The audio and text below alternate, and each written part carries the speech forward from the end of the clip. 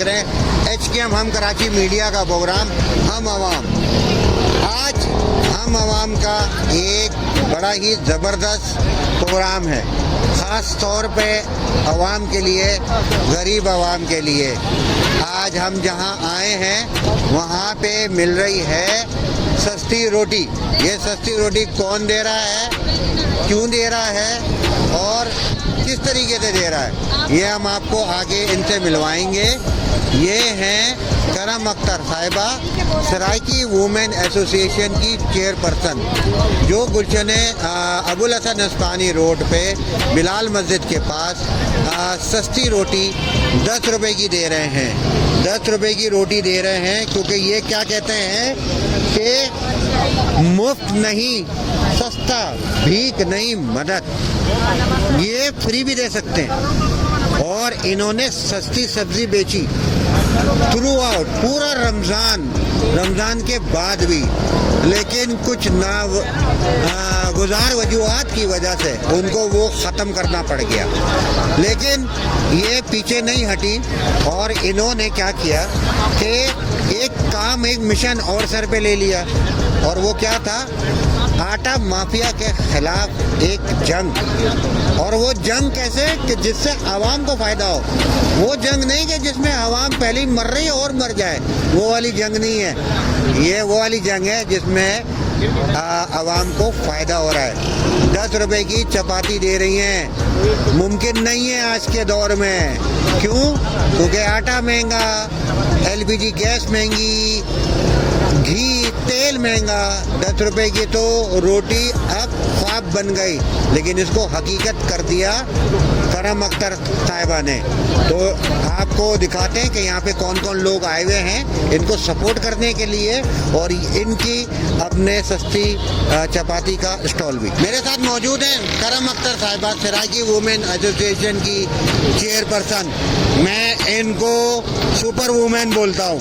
मैं यह बोलता हूँ कि ये अपने जब भी कोई काम करती हैं, दबंग काम करती हैं, छोटा मोटा तो काम ये करती नहीं है, माशाल्लाह माशाल्लाह, और आवाम के लिए करती हैं और फिर निकल पड़ती हैं। और इनके साथ फिर इनकी जो समझे की टीम है वो भी फिर ऐसे निकलती करती है। ये हम देख चुके हैं रमज़ान में, जब सस्ती सब्जी लगाई, जब मुनाफाखोरी उरूज पे थी, जब इन्होंने सस्ती सब्जी लगाई थी। मेरे साथ मौजूद है। अस्सलाम वालेकुम। वालेकुम सलाम। अच्छा, मैं इनको भाभी भी कहता हूँ, बाजी भी कहता हूँ, कभी कभी करम अख्तर साहिबा भी कहता हूँ।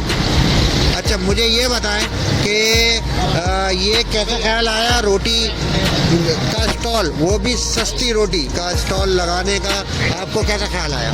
सबसे पहले तो आपका बहुत शुक्रिया भाई, आप लोग आए और यहाँ पे आके जो है हमारी कवरेज की और लोगों तक पहुँचाया ये पैगाम। तो इसलिए ख्याल आया क्योंकि इससे पहले मैंने सस्ता सब्जी स्टॉल लगाया था, तो वो भी बहुत ज़्यादा महंगाई के दौर में, क्योंकि महंगाई इतनी अरूज पर थी कि बंदा सब्जी, गोश्त तो वैसे भी सफ़ेद पोश लोगों की पहुँच से दूर था, लेकिन सब्जी भी बहुत दूर हो चुकी थी।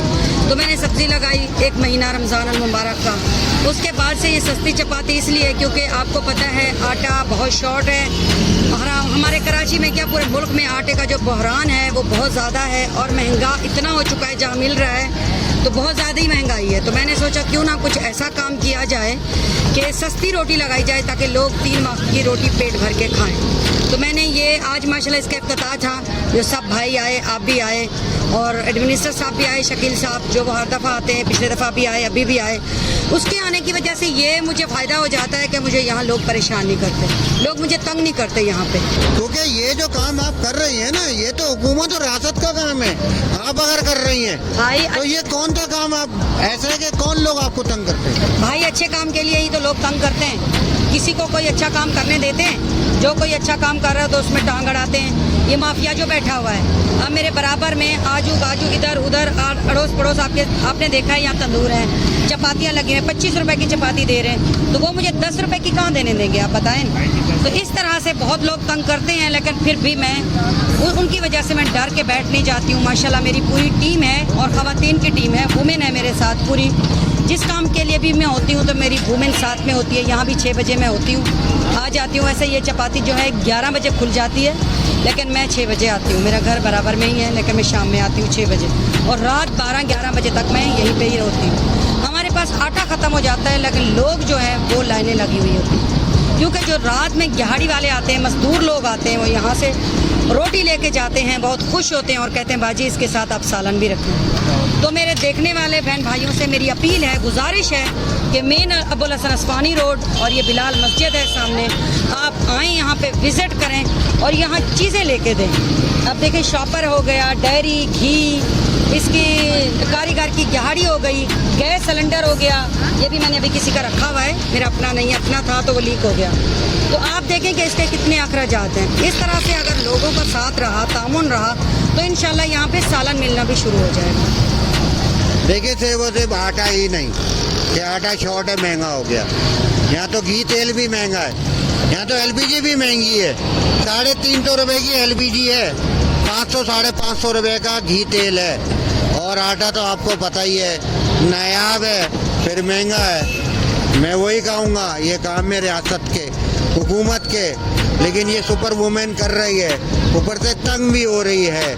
और ये जो काम है ये इसके लिए आप सबको जो है इनके साथ शाना बशाना खड़ा होना है।